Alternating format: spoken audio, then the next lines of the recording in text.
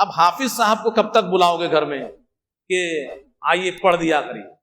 یہ کرایہ کا چکر چھوڑو، اپنے آپ کو اس لائق بناؤ۔ تو یہ قرآن ہماری مطلب صرف معجزہ ہی نہیں ہے، ہماری اور آپ کی بڑی ضرورت ہے۔ وقت ختم ہو رہا ہے، بہت ساری باتیں ہیں قرآن کی فضیلت کے تعلق سے، اس کی تلاوت کے تعلق سے، وغیرہ وغیرہ۔ تو ہم انسانوں کی ضرورت ہے، مسلمانوں کی ضرورت ہے، لیکن آج کے اس بھاگم بھاگ کے دور میں جو مال و دولت کمانے کا دور ہے، جس کو ہم مادہ پرستی کا دور کہتے ہیں، بھائی سب لوگ اپنے بچوں کو مدرسے میں تو ڈال نہیں دیں گے کہ حافظ بنائیں گے، عالم بنائیں گے، اور ایسا ہونا بھی نہیں چاہیے کہ سب لوگ صرف مدرسہ میں پڑھیں اور باقی دنیا سب چھوڑ دیں۔ اسلام یہ کہتا بھی نہیں ہے، لیکن کچھ بنیادی چیز تو سب کو آنی چاہیے، کچھ بنیادی چیزیں سب کو معلوم ہونی چاہیے۔ آپ اپنے بیٹے کو شوق سے انجینئر بنائیے، حرام نہیں ہے۔ آپ اپنے بیٹے کو شوق سے ڈاکٹر بنائیے، وہی حرام کام نہیں کر رہے ہیں آپ۔ اگر سچی نیت سے کریں گے تو اس میں بھی ثواب ہوگا، اس نیت سے کہ ڈاکٹر بن کر کے یہ لوگوں کی خدمت کرے گا، غریب لوگوں کا خیال رکھے گا خاص طور پہ، اور قوم کی خدمت کرے گا، وغیرہ وغیرہ، یہ ہمارے دین اسلام کی خدمت کرے گا، یہ بلند مقام پہ پہنچے گا، بڑے لوگوں سے اس کا رابطہ ہوگا، اسلام کی بات وہاں تک پہنچائے گا۔ اچھی نیت سے آپ یہ ساری تعلیمات دے سکتے ہیں، ثواب کا کام ہوگا، لیکن بنیادی اسلامی تعلیمات دینا ضروری ہے۔ بنیادی تعلیمات، اس کے لیے آپ کو کوئی نہ کوئی شکل اختیار کرنی پڑے گی کہ بچہ کو آپ اسکول کالج بھیجتے رہیے، لیکن ساتھ ہی ساتھ یا تو گھر میں یا اپنے محلے میں جہاں ممکن ہو اس کو قرآن پڑھنا سکھائیے، اور قرآن کو سمجھنے سمجھانے کے لیے اردو زبان کی زیادہ اہمیت ہے۔ ہم اپنے ملک کے تناظر میں بات کر رہے ہیں، تو اس کو اردو زبان بھی سکھائیے کہ اس کو اردو بولنا پڑھنا لکھنا آئے، اور ادھر ڈاکٹر ہوتے ہوتے وہ اسلام کی بہت ساری کتابیں پڑھ بھی لے۔ جب ایک آدمی پڑھنا ہی نہیں جانتا تو پڑھے گا کیسے؟ اس کو اسی بوجھ لگتا ہے، دنیا کا بڑا ماہر ہے لیکن یہاں آ کر کے زیرو، تو اچھا ہی نہیں لگتا اس کو۔ پھر تو بچپنے سے آپ اس کو ڈوز دیجئے، کبھی بھی اس کی زندگی میں انقلاب برپا ہو سکتا ہے۔ آپ اپنی اولاد کی شکایت کرتے ہیں، شکایت بھول جائیں گے۔ بہرحال یہ جو پورا خطبہ ہم نے آپ کو دیا ہے، یہ اس کا ایک پس منظر ہے، وہ یہ ہے کہ بڑی مسجد میں الحمدللہ دارالعلوم محمدیہ سلفیہ مدرسہ کی طرف سے انتظام کیا گیا ہے کہ جو لوگ بھی محلے میں بچے یا بچیاں قرآن پڑھنے سے دور ہیں یا پڑھتے ہیں تو صحیح جگہ نہیں پڑھ پا رہے ہیں، پریشانی مجبوری ہے، یا بڑے لوگ بھی جن کا شوق ہے کہ نہیں بھائی اتنی ساری فضیلتیں، اتنی ساری باتیں تو میری بھی ضرورت ہے، تو اب ہم لوگوں سے لوگ کہتے تھے، ہم لوگ ٹائم نہیں دے پاتے تھے، کوئی انتظام بھی نہیں تھا اس طریقے سے، تو ایک اچھے حافظ کا انتظام کیا گیا ماشاءاللہ۔ تو جو لوگ بھی اس میں حصہ لینا چاہیں، عید الاضحیٰ کے بعد تقریباً 10 دن کے بعد یہ سلسلہ شروع ہوگا۔ آپ اپنے بچے اور بچیوں کو اسکول کے بعد، ابھی تو عصر کے بعد اور مغرب کے بعد کا انتظام ہے، اگر ضرورت پڑے گی تو صبح کا بھی انتظام کیا جائے گا انشاءاللہ۔ تو آپ لوگ اپنے بچے اور بچیوں کو آپ زیادہ سے زیادہ اس میں جوڑیں، اور بڑے لوگ بھی اگر دلچسپی رکھتے ہیں تو عشاء کے بعد ان کے لیے بھی انشاءاللہ سوچا جائے گا۔ تو قرآن پڑھنا سیکھیے، سب لوگ قرآن پڑھنا سیکھیے، یہ ہماری اور آپ کی بنیادی ضرورت ہے۔ تلاوت بھی ضرورت ہے ہماری اور آپ کی، روح کو بڑا سکون ملتا ہے۔ جو لوگ بھی تلاوت کرتے ہیں ان سے پوچھئے کہ قرآن کی تلاوت کرنے کے بعد کتنا سکون ملتا ہے ان کو۔ تو صرف فضیلت ہی نہیں ہے، آپ کے دل کے سکون کی بھی چیز ہے یہ، اور ساتھ ہی ساتھ اس میں ایسا نظام بنایا جائے گا کہ قرآن کے معنی اور مفہوم سمجھنے کے لیے بھی کچھ انتظام کیا جائے گا۔ آپ 5 سال تک 10 سال تک اس کے ساتھ جڑے رہیں گے، آپ کو بہت کچھ سیکھنے کو ملے گا۔ پہلے پورے ملک میں ہمارے مکتب کا بڑا اچھا انتظام تھا اور اس کا بڑا اچھا رزلٹ تھا، لوگ مکتب کے 5 سال پڑھ لیتے تھے اور زندگی بھر دین سے جڑے رہتے تھے۔ اب پریشانی کی بات یہ ہے کہ پورے ملک میں تقریباً مکتب کا جنازہ نکل گیا ہے، مکتب کا سسٹم ختم ہو گیا ہے، اس کو قائم کرنے کی ضرورت ہے، ورنہ ہمارے سارے بچے یہ دجالی فتنوں کے شکار بن جائیں گے۔ آنے والے وقت میں سب کے سب اسلام بظاہر مسلمان ہوں گے لیکن اسلام کو نقصان پہنچائیں گے اور اسلام کے دشمن بن جائیں گے۔ اللہ رب العالمین سے دعا کریں کہ اللہ رب العالمین ہم تمام لوگوں کو قرآن کریم کی اہمیت اور فضیلت کو سمجھتے ہوئے قرآن کریم سے اپنا رشتہ مضبوط کرنے کی اللہ توفیق عنایت فرمائے۔